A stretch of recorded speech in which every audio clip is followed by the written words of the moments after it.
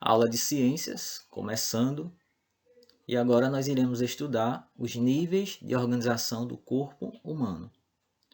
Aqui a gente tem um esqueleto e a gente tem aqui a representação do sistema muscular humanos. Então o que é que acontece? Como essas estruturas são formadas? Como elas funcionam? Então a partir de agora, dessa aula, nós estaremos estudando os níveis de organização do corpo humano. Qual o menor nível do corpo humano? Ou qual o maior nível do corpo humano? Então, são sobre esses assuntos que nós estaremos estudando a partir de agora. Importância do conhecimento sobre o corpo humano para uma vida saudável. Será que conhecer o corpo humano é importante para que nós tenhamos uma vida saudável? Será que os conhecimentos científicos contribuem, ajudam a humanidade a ter uma vida saudável? Então vamos lá. Cuidados com o corpo. Nós devemos ter cuidados com o nosso corpo, higienizando ele, ou seja, tomando banho, limpando as unhas, escovando os dentes. Então a gente pode higienizar o nosso corpo. A gente pode ter cuidados com a alimentação, ou seja, não comer alimentos vencidos, se alimentar com a quantidade de alimento adequada, o tipo de alimento adequado, lavar os alimentos antes de ingeri-los, não comer alimentos fora do prazo de validade. Aqui, precisamos ter repouso, descansar, dormir a quantidade de horas necessária para o nosso corpo descansar, repousar. Temos que ter o nosso momento de lazer. Todas essas atividades aqui, quando a gente sabe como higienizar, como limpar os alimentos, quando a gente conhece isso aqui, quando a gente tem conhecimento sobre essas coisas aqui, então a gente vai ter uma vida saudável se praticar isso aqui, vai ter uma vida saudável. Aqui, não consumir drogas, tipo cigarro. Então quem usa cigarro pode prejudicar os pulmões, então não é saudável. Então essa pessoa pode não ter uma vida saudável. Quem ingere álcool em grande quantidade, ou outro tipo de drogas, como cocaína, maconha, o crack, então vai danificar o organismo, o corpo da pessoa. Então essa pessoa não vai ter uma vida saudável. Realizar consultas e exames médicos de forma periódica, ou seja, a gente precisa fazer exames de sangue, ir ao dentista para que ele examine nossos dentes, fazer várias consultas para a gente saber como é que está o nosso organismo. Então isso vai nos ajudar a ter uma vida saudável. O que o médico conhece, o que o médico sabe e ensinar para a gente, se a gente praticar, vai ter uma vida saudável. Aqui, não se automedicar, ou seja, não passar medicamento para si mesmo, que essa palavrinha aqui, auto, é para si mesmo. Então, não se automedicar significa não medicar, não colocar remédio ou dar remédio a si mesmo, por conta própria. Também aqui, temos conhecer o próprio corpo, seu funcionamento. Como é que funcionam os músculos? Como é que funcionam os ossos? De que eles são formados? Quais o nome das partes que formam ele? Compreender por que alguns cuidados são fundamentais. Por que precisamos escovar os dentes e tomar banho? Por que precisamos ter esses cuidados com o corpo, com a alimentação? Valorizar e cuidar do corpo. Por que é que eu tenho que cuidar do meu corpo? Tá certo? Então, quando a gente sabe essas coisas, quando a gente conhece o nosso corpo, a gente vai saber cuidar dele de uma forma melhor. E isso vai nos proporcionar uma vida saudável melhor. Então, se você não sabe, não conhece os cuidados e não conhece o nosso corpo, o próprio corpo, melhor falando, então você pode não saber como ter uma vida saudável, ok? Então, a ciência é bastante importante para o ser humano porque ensina como cuidar da vida, tá certo? Como cuidar da nossa vida para que a gente viva mais e mais e mais cada dia. Para vocês terem uma ideia, pessoal, houve época que as pessoas viviam até 60 anos. Os brasileiros, a maioria, morria antes dos 70 anos. Hoje em dia, devido os brasileiros conhecerem muitas formas de cuidar do corpo, tá certo? Então já conseguem sobreviver mais tempo, 70 e poucos anos. Então os brasileiros vivem mais de 60, de 70 anos, né? A maioria, vamos assim dizer. Por quê? Porque hoje em dia a ciência ajuda a fazer o ser humano a viver mais, a cuidar do corpo, da saúde, para que viva cada dia mais. Então por isso que a ciência é importante. Por exemplo, cientistas estudam novos remédios, a produção de novos remédios. Esses remédios vão curar doenças. Essas doenças, quando forem curadas, então a pessoa que estava doente vai sobreviver bem mais tempo e com uma vida bem melhor. Então veja que a ciência é bastante importante para o ser humano, certo? Gente, o tempo todo o corpo se movimenta. A gente sabe, a gente pode movimentar os nossos olhos, a nossa boca, a nossa língua, pernas, braços e barriga. Você pode mover seu coração e seu pulmão. Você não precisa mover, você não controla os movimentos deles, né? Mas eles se movimentam. Mesmo que você esteja dormindo, tudo isso aqui ó, vai se movimentar. O coração vai movimentar, seu pulmão vai se movimentar. O seu cérebro também vai ter funcionando 24 horas por dia, mesmo você dormindo. Então, o nosso corpo o tempo todo se movimenta. O tempo todo, esses órgãos aqui, ó, olha, o coração, o pulmão, esses órgãos funcionam o tempo todo, tá certo? No nosso organismo. Nós iremos estudar os movimentos, tá certo? Então, por isso que tem essa parte aqui. Então, é importante você saber que o nosso corpo se movimenta, ok? Não só quando você enxerga o corpo assim, olhando para uma pessoa, como também a parte de dentro do corpo das pessoas se movimentam, tá certo? Gente, o estudo do corpo humano é feito em níveis. Por quê? Porque o corpo humano é formado por muitas estruturas. Tem muitas partes formando o corpo humano. Então é preciso dividir o corpo humano em níveis, considerar ele em níveis para facilitar o nosso estudo. Do maior para o menor, tá certo? O corpo humano está organizado assim. Ó. Primeiro tem um organismo, né, que representa o indivíduo, no caso aqui o organismo humano.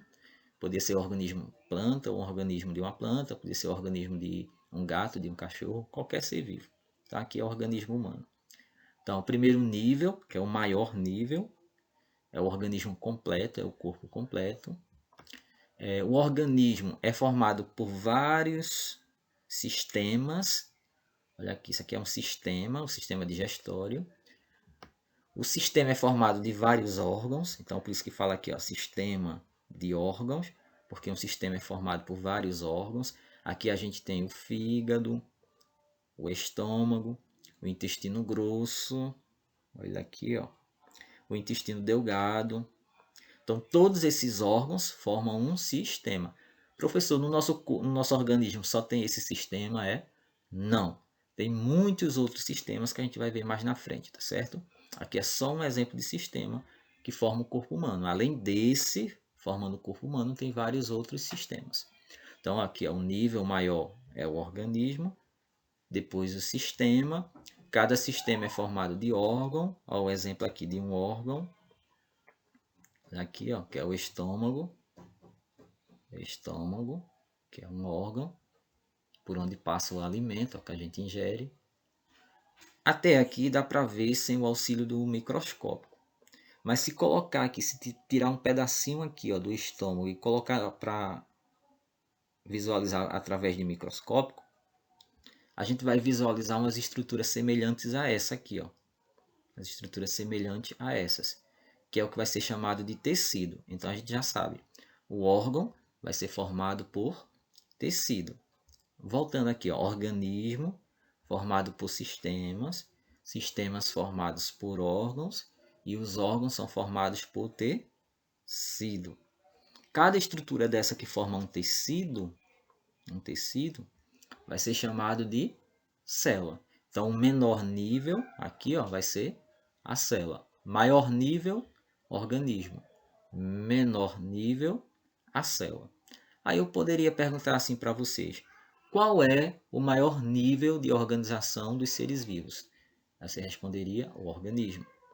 Aí eu poderia perguntar também: qual é o menor nível de organização dos seres vivos?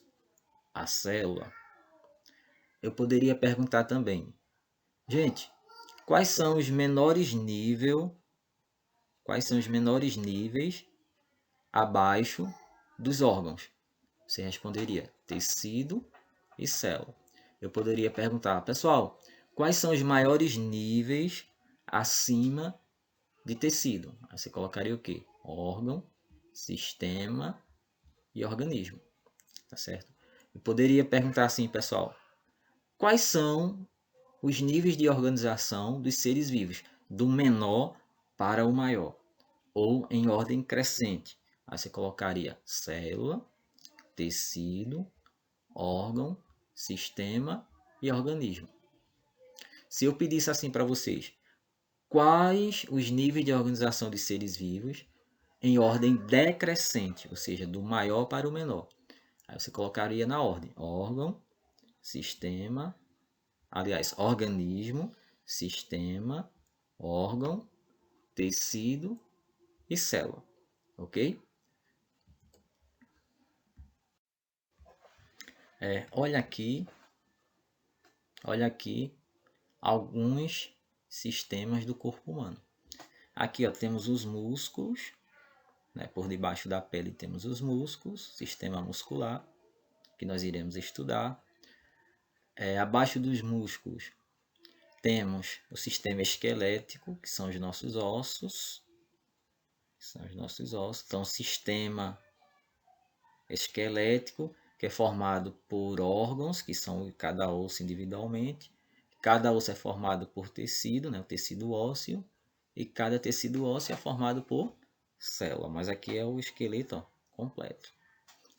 Aqui temos o sistema nervoso, que é formado pelo cérebro, pela nossa medula e por nossos nervos. Então, sistema nervoso, então 3 sistemas. Sistema muscular, sistema esquelético, aqui o sistema nervoso, aqui o sistema circulatório, formado pelas veias e pelas artérias, e também o coração e o sangue. Aqui o nosso sistema respiratório, responsável pela respiração. Aqui o nosso sistema digestório, aquele lá que eu estava mostrando na imagem anterior. Então, alguns sistemas do corpo humano. Tem mais, tem bastante. Aqui alguns exemplos. Então, nosso organismo, tudo em aqui forma o nosso organismo, tá certo? Aqui a gente tem alguns exemplos de células. O que são células? Células são estruturas vivas que formam o corpo dos seres vivos. A unidade que compõe a diversidade, ou seja, os diversos tipos de seres vivos que tem no ambiente, todos eles são formados por células, tá certo? Então, as estruturas vivas, ou seja, o que é vivo, é formado por célula, que é o menor nível. Essas 4 aqui são células do nosso sangue, os glóbulos brancos e os glóbulos vermelhos. Também aqui são células que tem no nosso intestino. Essas células absorvem aquilo que a gente se alimenta, as substâncias que vêm no alimento. Aqui é uma representação das células que formam nossos ossos, que é o menor nível. Essas células se juntam e formam os tecidos vão formar os órgãos formam o sistema esquelético e, juntamente com os outros sistemas, formam o corpo humano. Então, aqui é uma célula que forma um tecido ósseo, que vão formar cada osso, né? Cada osso é um órgão, ok? E juntos formam um sistema esquelético, que junto com os outros sistemas vão formar o corpo humano. Aqui, o sistema esquelético, né? O sistema nervoso, formado pelo cérebro, a medula e os nervos. Então, olha aqui, são esses tipos de células que formam tecido nervoso, né? Os órgãos do sistema nervoso. Aqui, células que formam a nossa pele. A gente olha para a nossa pele e não vê essas coisas aqui. Mas se usar um microscópio, então vai visualizar várias partezinhas como essa, chamada de células. Cada uma é chamada de célula, certo? Então, assim, alguns exemplos de células. Veja que elas são diferentes e elas fazem coisas diferentes. Por exemplo, o que o glóbulo vermelho faz, essas aqui ó, não podem fazer. O que essas células fazem, essas outras não podem fazer. Porque elas são diferentes na aparência, né, na forma. Aqui, essa aqui é oval, né? Oval, arredondada. Essas aqui são estreladas. Essas aqui são longas. Isso aqui é tipo uns tijolinhos. Então o formato delas é diferente, então o que elas fazem também é diferente, ok? Descoberta da célula. Quem descobriu a célula? O que essa pessoa usou para descobrir a célula? O que foi que ele chamou de célula? Então vamos lá. A célula foi descoberta por um cientista chamado Robert Hooke.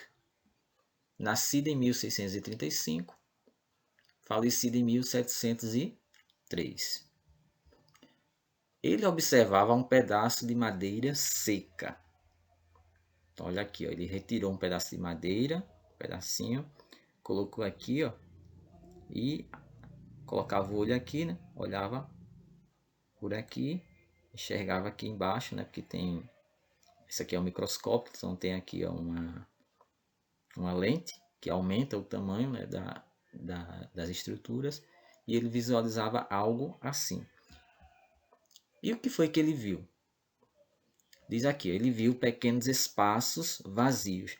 São esses espaços escuros aqui, ó. O que ele viu são esses pedaços escuros. E esses espaços escuros eram vazios. Então ele chamou de que esses espaços vazios? Ele chamou de células. Células significa esses espaços vazios, pequenos espaços vazios.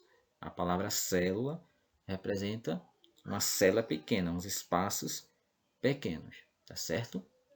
Então, através de microscópio, observando esse pedaço de madeira seca, ele visualizou, tá certo? Essas estruturas aqui, as escuras, o que ele chamou de célula. Na verdade, ele não viu a célula, ele viu o espaço vazio, tá certo? Na verdade, ele viu o espaço vazio deixado pela célula, que lembra, a madeira estava seca, morta. Então a célula estava morta. E quando ela morreu, ela deixou esse espaço vazio. Tá certo? Ele deixou esse espaço vazio. Então, quando ele visualizou esse espaço vazio, ele chamou de célula, mas na verdade, ali era o local onde a célula estava. O que ele estava vendo foi a parede celular das células, como a gente vai ver lá em aulas que vem por aí, tá certo?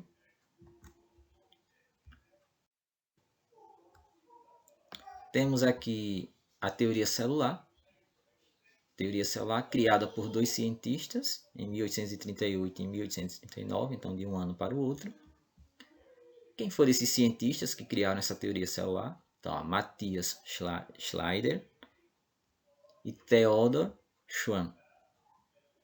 Esses dois cientistas, ao estudar animais e plantas, eles descobriram que o corpo, que as estruturas que formavam esses seres vivos, tá certo? Era a célula. Então, ele chegou a chegar à seguinte conclusão, a seguinte teoria: todos os seres vivos são formados por células.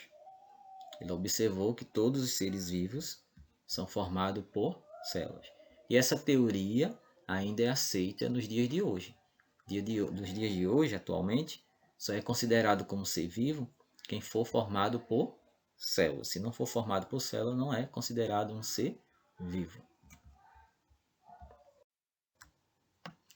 Seres vivos unicelulares e seres vivos pluricelulares. Seres vivos unicelulares são formados por uma única célula. Então temos aqui, ó, seres unicelulares: bactérias, leveduras. Esses aqui são os fungos. Fungos unicelulares. Protozoários. Aqui, ó, 3 exemplos de protozoários. E as algas, que são seres produtores. Algas. Então, são seres unicelulares. Professor, mas por que são seres unicelulares? Porque são formados por uma única célula. Professor, mas aqui não tem vários pontinhos? Sim, é porque eles estão unidos. Cada um pontinho desse aqui é um ser vivo, é uma bactéria. Então temos bactérias que vivem isoladas, temos aquelas que vivem juntas, coladas uma na outra. Mas cada uma é uma bactéria diferente. Da mesma forma que os fungos, cada um desse é um fungo. E cada fungo é uma célula. A célula vai formar o próprio organismo. Aqui temos algas unicelulares. Por que unicelulares? Porque são formadas por uma única célula. Então aqui, ó, o organismo é a própria célula, ok? Aí tem aqui, ó, os protozoários. Olha aqui, ó, 3 tipos de protozoários. Então isso aqui é uma célula. Isso aqui é uma célula. Isso aqui é um ser vivo. Todo mundo aqui é ser vivo. Só que todos os seres vivos aqui, nessa imagem, só podem serem vistos com o microscópio, porque são unicelulares, tá certo? E são formados por uma única célula. Desse lado aqui, ó, do lado direito, nós temos os pluricelulares ou multicelulares. Pluri é de plural, vários, mais de um. Então, os pluricelulares são formados por mais de uma célula. Exemplo, plantas, não precisa do microscópio para visualizá-las. Algas pluricelulares, então você vai ter algas que são unicelulares, formadas por uma única célula, e vão ter outras espécies de algas que são formadas por mais de uma célula. Olha aqui, por mais de uma célula. Os fungos, né, que são os decompositores. Então você vai ter fungo unicelular, formado por uma única célula, e vai ter fungo pluricelular, como o caso aqui do cogumelo, que é pluricelular. Temos os animais, vertebrados e invertebrados, que são todos pluricelulares. Então aqui, ó, formiga, lesma e esse animal aqui, ó, que eu não estou lembrado no momento o nome dele. Ok? Então, todos os seres vivos aqui são pluricelulares. Todos esses aqui são unicelulares. Qual a diferença de unicelular para pluricelular? O unicelular é formado por uma única célula. O pluricelular é formado por mais de uma célula. O corpo humano, por exemplo, é formado por mais de 100 trilhões de células. Não é milhões nem bilhões, é trilhões de células, ok? O corpo humano é formado. Então, plantas, algas, animais e fungos são pluricelulares. Esses aqui são unicelulares. Lembrando que temos fungos unicelulares e pluricelulares. Temos algas pluricelulares e algas unicelulares. Mas todos os protozoários e todas as algas são unicelulares. Todas as plantas e todos os animais são pluricelulares, ok?